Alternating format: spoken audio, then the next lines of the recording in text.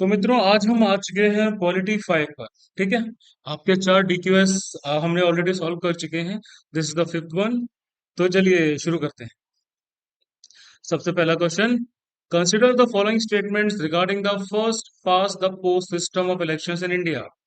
ये आप लोगों ने शायद सुना होगा, first pass the post system. अब इसके अंडर में कौन कौन सी चीजें आती हैं? तो पहला, in this system each constituency elects one representative. तो भाई देखो, first pass the post system में क्या होता है, आपकी जो पूरी कंट्री है वो अलग अलग कॉन्स्टिट्यूएंसीज में डिवाइडेड है, जिनको हम क्या बोलते हैं, जिनको हम बोलते हैं संसदीय क्षेत्र। ठीक है। आपके जो कॉन्स्टिट्यूएंसीज होती हैं इनको संसदीय क्षेत्र कहा जाता है। जोग्राफिकल यूनिट्स होती हैं। ठीक है। अब हर कॉन्स्टिट्यूएंसी से भाई आपका एक रिप्रेजेंटेटिव होता है। ठीक है। तो भाई ये बिल्कुल सही है। Next, the winning candidate in this system must secure more than 50% votes. तो भाई ये जो सिस्टम है आपका, ये बिल्कुल गलत है। आपने देखा होगा कि यहाँ पर मान लीजिए अगर किसी कॉन्स्टिट्यूंसी में 100 लोग हैं तो जीतने के लिए आपको 50+ विन की जरूरत नहीं है। अब मान लीजिए आपको मिले हैं 30 वोट्स, किसी को 20, किसी को 25, मतलब किसी को 30 से ऊपर नहीं मिले हैं। तो first pass the post system में क्या होता है कि भाई आपको, इसको प्लूरिटी सिस्टम भी कहते हैं, जो भी भाई प्लूरिटी ऑफ वोट्स को सबसे पहले क्रॉस करता है, विनिंग वो जीत जाता है। ठीक है, जिसके पास मैक्सिमम वोट्स होते हैं।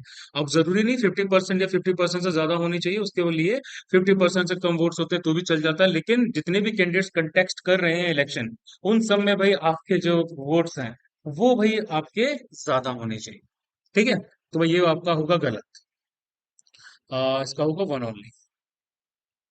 Next, second question, consider the following statement about electoral bond scheme. Electoral bond scheme आई थी भाई, कब आई थी? ये आई थी आपकी 2018 में, जनवरी 2018 में गवर्नमेंट ऑफ इंडिया ने ये स्कीम लाई थी। तो भाई इस स्कीम के हिसाब से कुछ बहुत सारी चीजें होती हैं, उनको देखते हैं। सबसे पहला, all political parties are eligible to receive funding through electoral bonds. तो भाई देखो, इसमें ऑल पॉलिटिकल पार्टीज नहीं आता। कौन कौन सी पॉलिटिकल पार्टीज आती हैं भाई इसमें? आपकी जो भी पॉलिटिकल पार्टी सेक्शन 29A है आपका, रिप्रेजेंटेशन ऑफ पीपल एक्ट 1951, उसके अंडर में भाई जो भी रजिस्टर्ड हैं और जिनको भाई लास्ट जनरल इलेक्शन में 1% से वोट्स कम ना मिले हों।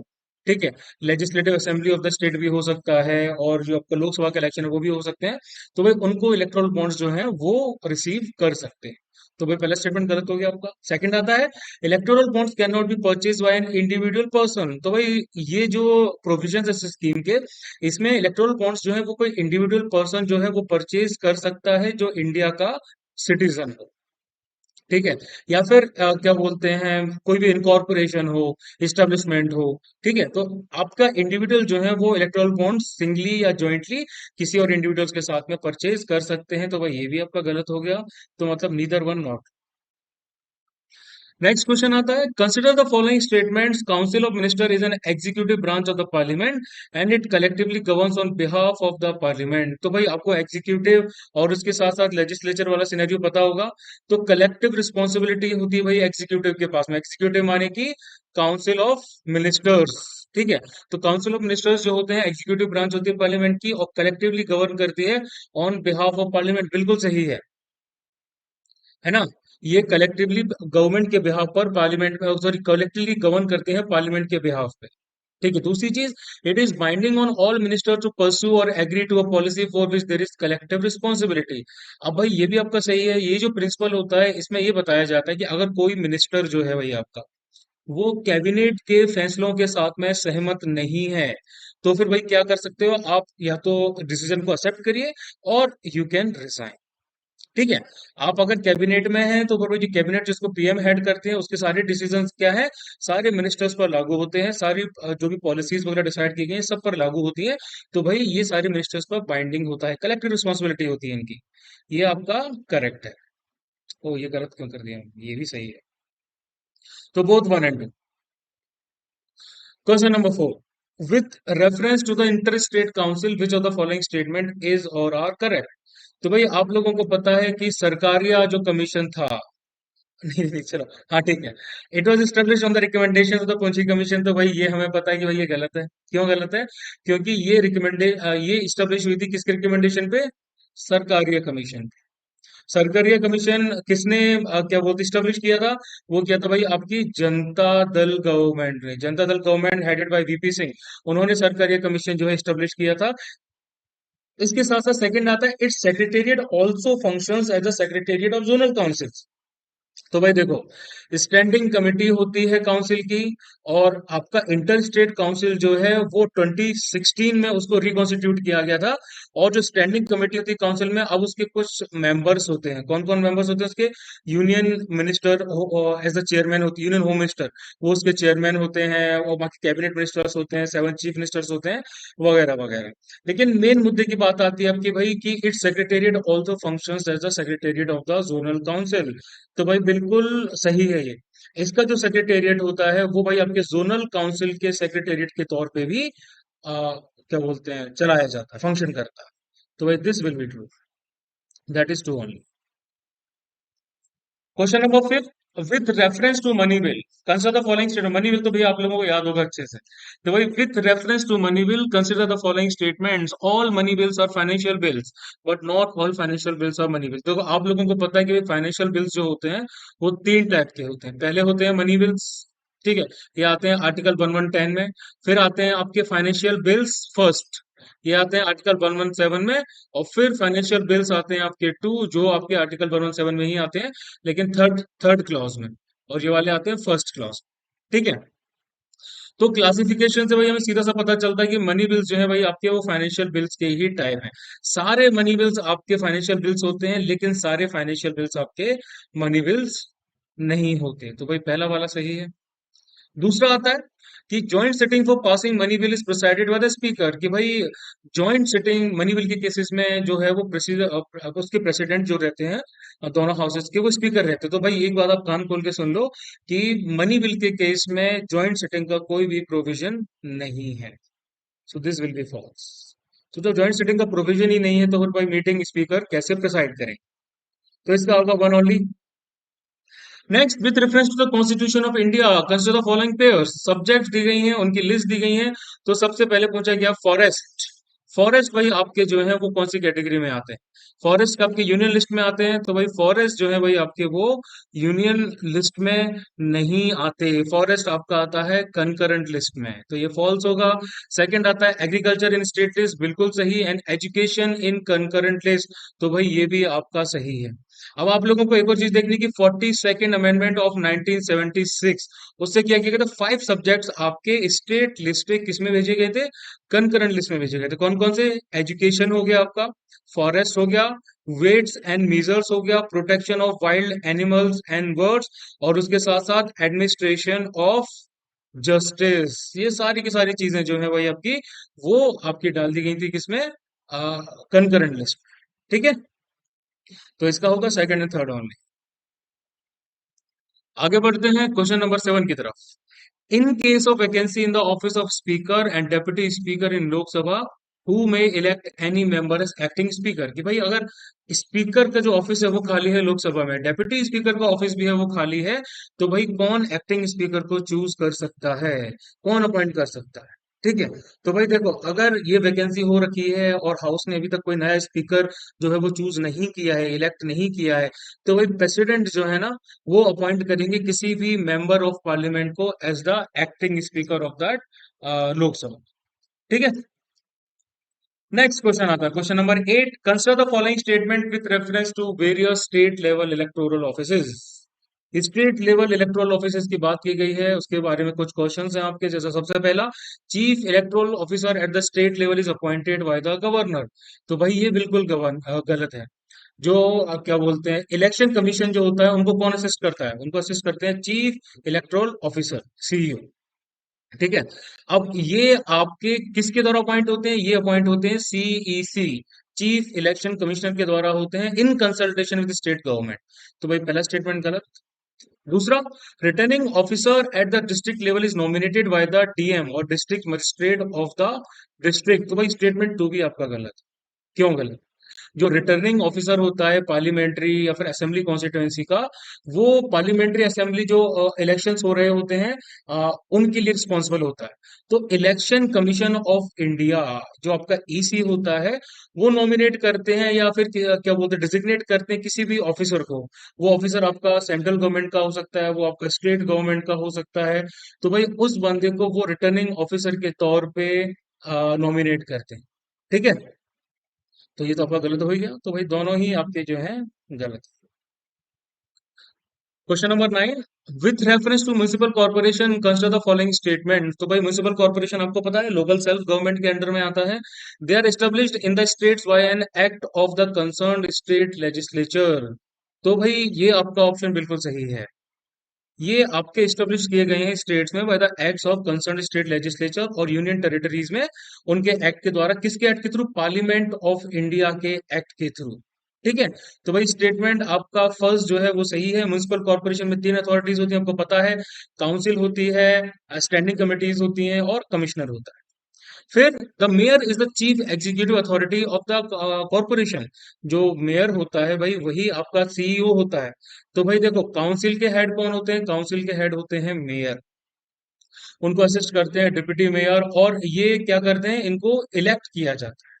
नाउ ये जो भी डिसीजंस काउंसिल ने लिए हैं, स्टैंडिंग कमेटीज ने लिए हैं, उनको इम्प्लीमेंट करने के लिए एक बंदा आता है, उसको कहा जाता है म्युनिसिपल कमिश्नर। तो भाई यही बंदा जो होता है वो रिस्पॉन्सिबल होता है, मतलब चीफ एग्जीक्यूटिव अथॉरिटी वही होता है कॉर्पोरेशन की।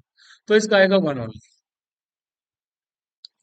Next, with reference to private member bills, question number 10 है ये, कि भाई consider the following statement.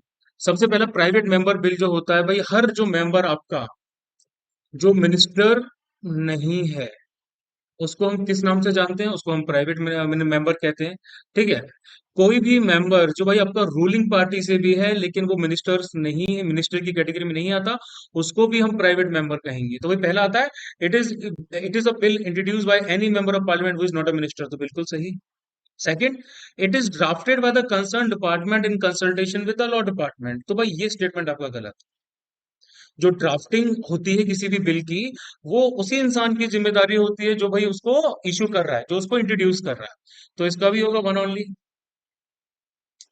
Now consider the following statement, question number 11, a member can be nominated to Rajya Sabha for any number of time. कोई भी जो member है भाई आपका, उसको जिसको क्या बोलते हैं, रिटायरिंग मेंबर होते हैं राज्यसभा के, क्या वो री इलेक्शन के लिए, री नॉमिनेशन के लिए एलिजिबल है? बिल्कुल है, कितनी भी बार वो इलेक्ट होके आ सकते हैं। This is true.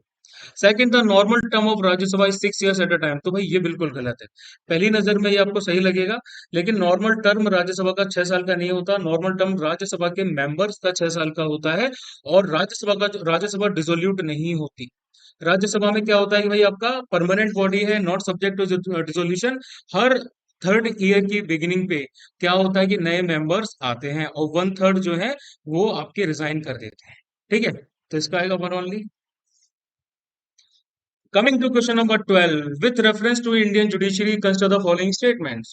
The oath and affirmations for the Supreme Court judge is provided under the second schedule to the Indian Constitution. तो भाई बिल्कुल गलत है।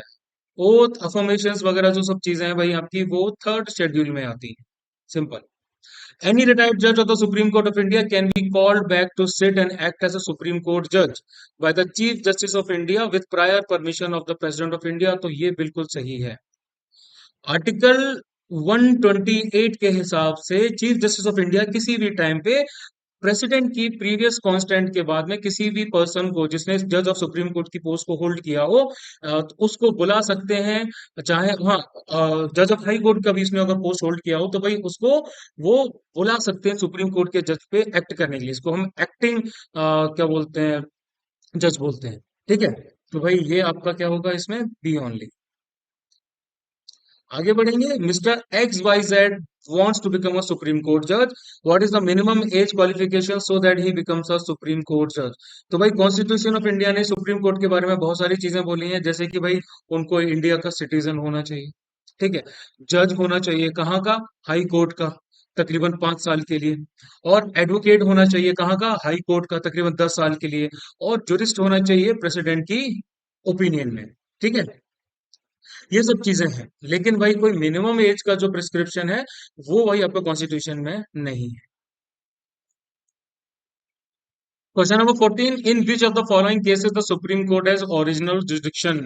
ओरिजिनल जुरिस्डिक्शन से आपका मतलब क्या है? ओरिजिनल जुरिस्डिक्शन का सीधा सा मतलब है कि भाई किसी भी तरह के जो मैटर्स होते हैं उनमें सुप्रीम कोर्ट के पास में एक्सक्लूसिव राइट्स रहते हैं, कि बंदा जो है सुप्रीम कोर्ट के पास डायरेक्ट रह सकता है। सुप्रीम कोर्ट के अलावा और कोई भी कोर्ट जो है उनके पास ये पावर नहीं होती कि वो इन क्या बोलते हैं डिस्प्यूट्स को सुन सके। ठीक है, तो भाई देखो, सुप्रीम कोर्ट के पास अलग अलग चीजों की पावर रहती है, जैसे कि सेंटर और वर्सेस कौन है, वन प्लस मोर स्टेट्स इस मामले में। या फिर क्या होता है, सेंटर प्लस कोई स्टेट होता है वर्सेस वन और मोर स्टेट या वन स्टेट। तो ऐसे अलग अलग जो भी पार्टीज बनती है उन केसेस में सुप्रीम कोर्ट में के पास क्या रहता है, क्या बोलते हैं, ओरिजिनल जुरिस्डिक्शन रहता है, कि भाई सुप्रीम कोर्ट इन बातों को सुनेगा, कोई हाई कोर्ट कोई निचली अदालत इन चीजों को नहीं सुनेगी। अब आपकी इंटर स्टेट वाटर डिस्प्यूट्स आते हैं, ये उसके अंडर में नहीं आते। ठीक है, matters refer to the finance commission, ये भी इसके अंडर में नहीं आते। Adjustment of expenses between the centre and the states, वो भी इसके अंडर में नहीं आते। लेकिन रिट जुरिस्डिक्शन जो होता है उसके केस में सुप्रीम कोर्ट के पास में ओरिजिनल जुरिस्डिक्शन रहता है, क्योंकि जो भी आपके सिटीजन्स हैं वो फंडामेंटल राइट्स के केस में, वो उनके वॉयलेशन के केस में रिट जुरिस्डिक्शन के केस में आ सकते हैं सुप्रीम कोर्ट के पास में direct, not by the way of appeal. ऐसा नहीं है कि भाई पहले वो हाई कोर्ट के पास गए, हाई कोर्ट ने कुछ फैसला दिया, फिर वो भाई सुप्रीम कोर्ट के पास गए। नहीं, अपील के थ्रू नहीं, ओरिजिनली भाई वो डायरेक्ट यहाँ पर आ सकते हैं। Now, question number 15. Recently, the Supreme Court asked the center and state to respond to a petition to enforce the fundamental duties of citizen. ठीक है, in this context, consider the following statement regarding the fundamental duties. At present, there are 14 fundamental duties. तो भाई हम लोगों को पता है fundamental duties किस में आती है? Fundamental duties आती है पार्ट 4 ए में। ठीक है, कॉन्स्टिट्यूशन में आती है। ये कॉन्स्टिट्यूशन अमेंडमेंट एक्ट 1976 यानी कि 42nd सीए के द्वारा इंक्लूड की गई थी। तो आर्टिकल कौन सा है आपका, 51 ए। इसमें कितने फंडामेंटल ड्यूटीज है? इसमें है 11 फंडामेंटल ड्यूटीज, तो भाई ये आपका गलत हो गया। Next, after their incorporation in the constitution the part that enshrines the duties has been amended only once. ये भी आपका बिल्कुल सही, ये तो सही है। अभी तक क्या था भाई आपका, जैसा मैंने आपको बताया कि 10 जो आपकी फंडामेंटल ड्यूटीज थी वो 42nd अमेंडमेंट एक्ट 1942 के अकॉर्डिंग से आई। ठीक है, सॉरी 1976, 1976 के अकॉर्डिंग से आई थी। और जो 11th थी भाई आपकी, वो किसके थ्रू आई थी? वो आई थी 86th अमेंडमेंट एक्ट ऑफ 2002। ठीक है, तो ये आपका 2 हो गया, यानी कि बी ओनली। नेक्स्ट बढ़ते हैं, if the president wants to seek legal opinion on a matter of public importance from the supreme court, then फिर क्या होगा उस केस?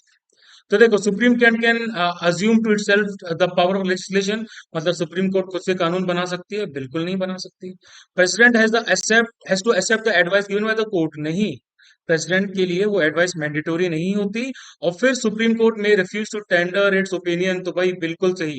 कोई भी क्वेश्चन ऑफ लॉ है, फैक्ट है पब्लिक इंपॉर्टेंस का, तो उसके केस में सुप्रीम कोर्ट जो है प्रेसिडेंट को अपनी ओपिनियन देने से मना कर सकता है। This will be true. And the president has to first get the approval of the parliament for the same, ये बिल्कुल गलत। The president exercises executive power through, executive power जो है वो प्रेसिडेंट किसके थ्रू एक्सरसाइज करते हैं? तो कॉन्स्टिट्यूशन ऑफ इंडिया में बातें की गई हैं रियल हेड की, real executive, sorry, real executive कौन होता है? पीएम। और नॉमिनल एग्जीक्यूटिव कौन होता है? वो होते हैं भाई हमारे प्रेसिडेंट। तो पावर किसके थ्रू एक्सरसाइज की जाती है? पावर एक्सरसाइज की जाती है काउंसिल ऑफ मिनिस्टर्स के थ्रू, जिनको हेड करते हैं prime minister. Question number 18, Indian federalism differs from that of federalism of the United States of America. In this context, consider the following differences. Consider the differences between the federal और supreme courts of India and the USA. Federal आपको पता है federal government क्या होती है? एक आपकी state government होती है, एक आपकी सेंट्रल गवर्नमेंट होती है, और दोनों के बीच में डिवीजन ऑफ पावर्स होता है। तो इस रिस्पेक्ट में क्या है, सुप्रीम कोर्ट्स के बारे में डिफरेंसेस पूछा गया। तो पहला आपका ऑप्शन आता है, the original jurisdiction of the American supreme court is wider than that of the Indian supreme court. तो भाई ये आपका ऑप्शन बिल्कुल सही है। इंडियन सुप्रीम कोर्ट का जो ओरिजिनल जुरिस्डिक्शन है वो कहाँ तक सीमित है? वो हमारे फेडरल केसेस तक ही सीमित। जबकि अमेरिकन जुरिस्डिक्शन का जो सिनेरियो है उसमें आपकी नेवल फोर्सेस भी आ जाती हैं, उसमें मैरीटाइम एक्टिविटीज भी आ जाती है, एम्बेसडर्स वगैरह डिप्लोमेटिक चीजें भी आ जाती हैं। दूसरा, the appellate jurisdiction of the both the courts is confined to constitutional cases only. तो भाई इंडियन सुप्रीम कोर्ट का जो एपिलेट जुरिस्डिक्शन है, अपील के थ्रू जो चीजें आती हैं, वो भाई कहाँ तक आती हैं? वो भाई आपकी सिविल मैटर्स की में भी आती हैं, कॉन्स्टिट्यूशनल मैटर्स में भी आती हैं, क्रिमिनल मैटर्स में भी आती हैं। लेकिन जो आपका यूएसए का सुप्रीम कोर्ट है, वहां पर सिर्फ कॉन्स्टिट्यूशनल केसेस ही सुने जा सकते हैं। तो भाई ये आपका गलत होगा। And second, the Indian Supreme Court has advisory jurisdiction, whereas the American Supreme Court has no advisory jurisdiction। तो ये बिल्कुल सही है भाई आपका। इंडियन सुप्रीम कोर्ट के पास एडवाइजरी जुरिस्डिक्शन होता है, अमेरिकन के पास में नहीं होता। तो इसका आंसर होगा 1 and 3 only. Question number 19, which of the following statement is और are correct regarding cabinet? Cabinet के बारे में कौन से सही है? पहला आता है, it is a smaller body than the council of minister. तो भाई बिल्कुल सही है। कैसे सही है? ये स्मॉलर बॉडी होती है, 15 से 20 मेंबर्स होते हैं उसके, उसमें सिर्फ कैबिनेट मिनिस्टर्स ही होते हैं। तो भाई ये आपकी किसकी पार्ट होती है? ये आपकी काउंसिल ऑफ मिनिस्टर्स का पार्ट होती है। ठीक है। It direct the council of minister कि भाई जो भी पॉलिसी डिसीजन ये लेते हैं, वो सारे मिनिस्टर्स पे क्या होते हैं? बाइंडिंग होते हैं। नेक्स्ट आता है आपका, its powers and functions are defined in the constitution. तो भाई ये आपका किसके थ्रू इंसर्ट किया गया था? 44th amendment of 1978। ठीक है। 44th कॉन्स्टिट्यूशन अमेंडमेंट एक्ट था, उसके द्वारा आर्टिकल 352 जो है आपका, वो डाला गया था कॉन्स्टिट्यूशन में। और इसीलिए ओरिजिनल कॉन्स्टिट्यूशन में इसके बारे में कोई ऐसी स्पेसिफिक बात नहीं कही गई, कोई पावर्स और फंक्शन डिस्क्राइब नहीं किए गए हैं। तो फॉल्स हो गई। फिर आता है, it is an advisory body to the president and its advice is binding on him. ये अभी थोड़ी देर पहले मैंने आपको बताया था, ये एडवाइजरी बॉडी होती है प्रेसिडेंट के लिए, और इसकी एडवाइस जो होती है वो बाइंडिंग होती है। 42nd अमेंडमेंट जो था भाई आपका, अगेन 42nd अमेंडमेंट ने उन चीजों का क्या बोलते हैं, इस चीज को मैंडेटोरीली किया। ठीक है। तो भाई ये अगर ट्रू, तो इसमें आएगा आपका फर्स्ट एंड 3 और। Next question. With reference to the office of governor, consider the following statements in case of a bicameral legislature। आपकी विधानसभा भी है, विधान परिषद परिषद भी है, मतलब लेजिस्लेटिव असेंबली, लेजिस्लेटिव काउंसिल, दोनों के केस में governor can issue ordinance only when both the houses are not in session. तो भाई ये गलत होगा। ऑर्डिनेंस जो मेकिंग पावर होती है गवर्नर की, भाई वो बहुत इंपॉर्टेंट पावर होती है उसकी बाइकैमरल लेजिस्लेचर में। तो वो ऑर्डिनेंस को प्रोमलगेट कर सकता है जब भाई आपका कोई एक हाउस जो है वो सेशन में नहीं है, दूसरा वाली सेशन में एक नहीं है, तब भी ये चीज क्या हो सकती है? इश्यू की जा सकती है। लेकिन ऑर्डिनेंसेस जो है वो उनको अप्रूव कराना चाहिए कब? जैसे ही दोनों हाउसेस की मीटिंग होती है, वैसे ही 6 वीक्स के अंदर उनकी असेंबली में आपको क्या करना है भाई? आपको ऑर्डिनेंस को अप्रूव करना। फिर, he enjoys personal immunity from legal liability for his official act. तो भाई बिल्कुल सही है। ये तो सेल्फ एक्सप्लेनेटरी है। Two only. 21st question, in which of the following cases does membership to parliament incur disqualification under the 10th schedule? 10th schedule के under में वही मेंबरशिप जो पार्लियामेंट की होती है, वो किस केस में आपकी डिस्क्वालीफाइड की जा सकती है? ठीक है। अगर देखो 10th शेड्यूल के अंदर में क्या बोला है, 10th शेड्यूल के अंदर में कॉन्स्टिट्यूशन ने ये बोला है कि कोई भी जो एमपी है, कोई भी मेंबर ऑफ पार्लियामेंट है, उसको डिस्क्वालीफाइड किया जा सकता है on the grounds of what? On the grounds of defection. ठीक है। 10th शेड्यूल के अंदर on the grounds of defection आप किसी भी एमपी को हटा सकते हैं, डिस्क्वालीफाइड करा कर दे सकते हैं, लेकिन कौन से केसेस में? If any independent member joins any political party before the expiry of 6 month. आपका कोई भी इंडिपेंडेंट मेंबर जो है वो किसी भी पॉलिटिकल पार्टी को 6 मंथ की एक्सपायरी से पहले क्या करता है? ज्वाइन करता है। ठीक है। तो भाई ये आपका केस हो जाता है। इसका मतलब है उसने वॉलेंटरली अपनी जो मेंबरशिप है वो दे दी, छोड़ दी। सेकंड आता है आपका, if any nominated member joins any political party before the expiry of 6 month. तो भाई ये आपका गलत है। After the expiry of 6 month होता है। कोई भी नॉमिनेटेड मेंबर होता है वो 6 महीने की एक्सपायरी के बाद। और फिर if he voluntarily gives off the membership of the political party to which he belong. तो भाई ये भी आपका क्या है? बिल्कुल सही है। अगर वॉलेंटरी अपनी मेंबरशिप दे दी है तो भाई वो तो आपका डिफेक्शन के अंडर में जाएगा ही जाएगा। First and third only. इसके केस में क्या होता था कि भाई पहले किसी बंदे ने पार्टी ए से टिकट जो है लिया, उसको टिकट मिला। टिकट लेने के बाद में उसने इलेक्शन कंटेस्ट किए एंड ही वॉन, वो जीत गया। अब जीतने के बाद पार्टी बी ने उसको ऑफर दिया कि भाई हमारे पास आ जाओ, तो हम तुम्हें जो है मिनिस्टर की पोजीशन दे देंगे या फिर कुछ भी और बेनिफिट्स दे देंगे। तो वो बंदा डायरेक्ट पार्टी बी में चला गया। तो भाई ऐसा रोकने के लिए भाई आपका जो है एंटी डिफेक्शन लॉ लाया गया था कि जिस पार्टी से आपने टिकट लिया है, जिससे आप जीते हैं, आप उसी के अंडर में रहेंगे। अगर आपको पार्टी स्विच करनी है मिड में, तो भाई आपका जो कैंडिडेचर है, आपकी जो, आप डिस्क्वालीफाइड करार दे दिए जाएंगे, सीधी सी बात। क्वेश्चन नंबर 22 आता है, with reference to the cooperative societies consider the following statements. Elections to a cooperative society are conducted by state election commission. तो भाई बिल्कुल गलत है। जो भी आपका सुपरिटेंडेंस है, डायरेक्शन है, कंट्रोल है, प्रिपरेशन है, ऐसे इलेक्ट्रॉन रोल्स का, कंडक्ट ऑफ इलेक्शन, जो भी है कोऑपरेटिव सोसाइटी के लिए होता है, ये सब ऐसी किसी स्पेसिफिक बॉडी में रहता है जैसा आपका स्टेट लेजिस्लेचर चाहे, स्टेट विधानसभा के ऊपर। सेकंड आता है, number of directors of a cooperative society shall not exceed 21। तो बिल्कुल सही। जो नंबर ऑफ डायरेक्टर्स किसी भी कोऑपरेटिव सोसाइटी के होते हैं वो 21 को क्रॉस नहीं किया जाना चाहिए। और फिर उसके बाद cooperative board shall have at least 2 women representative. तो भाई ये भी बिल्कुल सही है। रिजर्वेशन जो है भाई आपका, क्या बोलते हैं, एक सीट जो है आपकी वो रखी गई किसके लिए? शेड्यूल कास्ट के लिए और शेड्यूल ट्राइब्स के लिए। और 2 सीट आपकी रखी गई हैं वुमेन कैंडिडेट के लिए, जो शेड्यूल कास्ट और शेड्यूल ट्राइब को भी बिलोंग कर सकती हैं। करेक्ट। तो option 2 and 3। Now question number 23, which of the following is और are the discretionary powers of the president. President की खुद के विजडम पे भाई कौन कौन सी पावर्स होती हैं? तो पहला स्टेटमेंट आता है, exercise of suspensive veto power. तो भाई देखो, आपको पता है प्रेसिडेंट के पास में वीटो पावर होती है। वीटो पावर्स में जो आपके बिल्स होते हैं उनके लिए प्रेसिडेंट क्या कर सकते हैं? अपनी असेंट को विदहोल्ड कर सकते हैं, ठीक है, या फिर रिफ्यूज कर सकते हैं कि भाई हम अपने बिल को कोई असेंट नहीं देना चाहते, other than money bills. Money bill तो भाई आपके प्रेसिडेंट की परमिशन के बाद ही इंट्रोड्यूस किए जाते हैं, सिर्फ लोकसभा में इंट्रोड्यूस किए जाते हैं, तो उनको तो रिफ्यूज करने का कोई चांस ही नहीं बनता। तो प्रेसिडेंट क्या कर सकते हैं भाई? पार्लियामेंट के पास में बिल दोबारा भेज सकते हैं उनके रिकंसिडरेशन के लिए, अगर ऑर्डिनरी बिल है तो इस केस में प्रेसिडेंट के पास में डिस्क्रिशनरी पावर्स रहती हैं। तो भाई ये आपका सस्पेंसिव वीटो पावर के अंडर में आता है। This is true. Second, the appointment of prime minister when no political party has majority in Lok Sabha. तो भाई ये भी प्रेसिडेंट के पास में डिस्क्रिप्शन रहती है।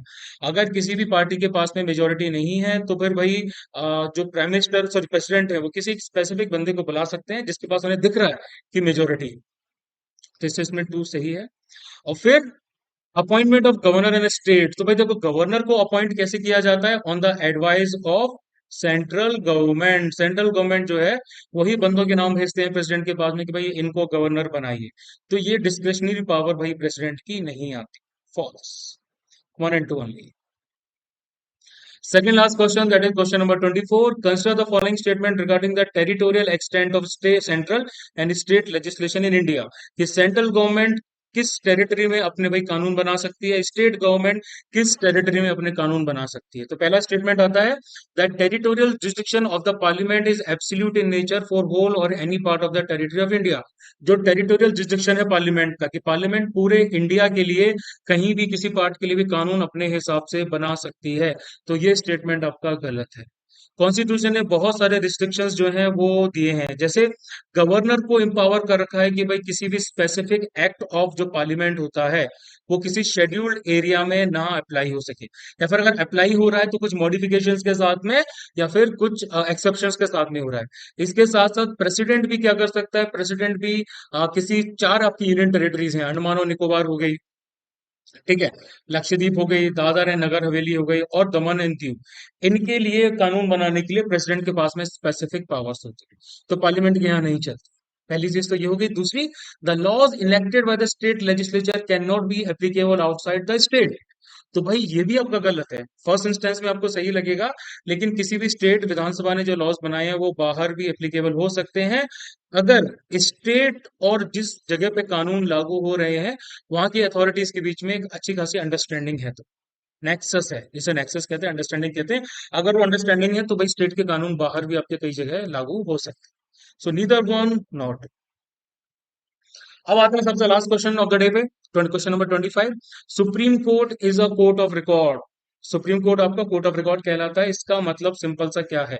पहला, the judgments of supreme court are recorded for perpetual memory.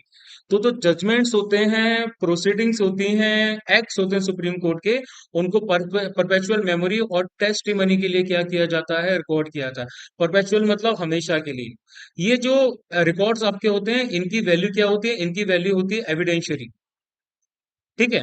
इनको क्वेश्चन नहीं किया जा सकता। जब आप किसी भी कोर्ट के सामने पेश करते हैं तो उनको आप लीगल प्रेसिडेंट के तौर पे क्या करते हैं? रिकॉग्नाइज किया जाता है कि ऐसा पहले भी हो चुका है। तो कोर्ट क्या करती है? जनरली इन्हीं चीजों को देख के अपने फैसले है बाद में देती है। तो भाई ये आपका बिल्कुल सही। Second, the supreme court has the power to punish for the contempt of court. तो भाई ये बिल्कुल सही है। सिंपल इम्प्रिजनमेंट मतलब आपको कोर्ट में जेल भी भेज सकती है, इसके साथ साथ 6 महीने के लिए, इसके साथ साथ 2-3 हज़ार रुपए का जुर्माना या फिर जो भी कोर्ट को लगता है वो भी कर सकती है। तो 1991 में सुप्रीम कोर्ट ने कहा था कि भाई उनके पास power to punish for the contempt of court क्या बोलते हैं, खुद के लिए भी है, इसके साथ साथ हाई कोर्ट्स के लिए भी है, सबऑर्डिनेट कोर्ट्स के लिए भी है, और ट्रिब्यूनल्स जो भाई आपके फंक्शन कर रहे हैं पूरी कंट्री में उनके लिए भी उनके पास सिमिलर तरह की पावर्स एग्जिस्ट करती हैं। तो भाई बोथ वन एंड टू। तो देखो क्वेश्चंस जो होते हैं ना वो बहुत अच्छा तरीका होते हैं भाई आपके किसी भी सिलेबस को कवर करने के लिए। हमने क्या किया है, हमने थ्योरी पढ़ ली, आपने थ्योरी पढ़ ली है, लक्ष्मीकांत से पढ़ी है, जहां से भी पढ़ी है लक्ष्मीकांत से पढ़ो ज्यादा बेटर है। अब उस थ्योरी को भाई एक्सरसाइज कैसे किया जाए, थ्योरी तो भाई हमने पढ़ रखी है लेकिन उसको एक्सरसाइज करने का सबसे बेटर तरीका रहता है कि आप उससे रिलेटेड क्वेश्चंस करो। डेली क्वेश्चंस करोगे भाई, पॉलिटी के हमारे पास 125 क्वेश्चंस हो गए हैं, पॉलिटी के साथ साथ ज्योग्राफी के भी क्वेश्चंस कर रहे हैं हम, करंट अफेयर्स के भी कर रहे हैं, हिस्ट्री भी कर रहे हैं। तो भाई डेली क्वेश्चंस अगर आप करते जाओगे बहुत अच्छी अंडरस्टैंडिंग आपकी जो है थ्योरी के साथ में डेवलप हो जाएगी। सिर्फ थ्योरी पढ़ते रहोगे तो भाई कुछ नहीं होगा, इसमें ज्यादा मेहनत नहीं लगती। कितना टाइम देना है आपको, सिर्फ आपको हाफ आवर देना, अपना आधा घंटा डेली शाम को दीजिए, आपका जो नॉर्मल पढ़ रहा है उसके अलावा इन क्वेश्चंस को सॉल्व कीजिए, दीज विल बेनिफिट यू। बहुत फायदा मिलेगा आपको एग्जाम, कहने की जरूरत नहीं। ठीक है, चलिए मित्रों फिर आज के लिए इतना ही। जय हिंद।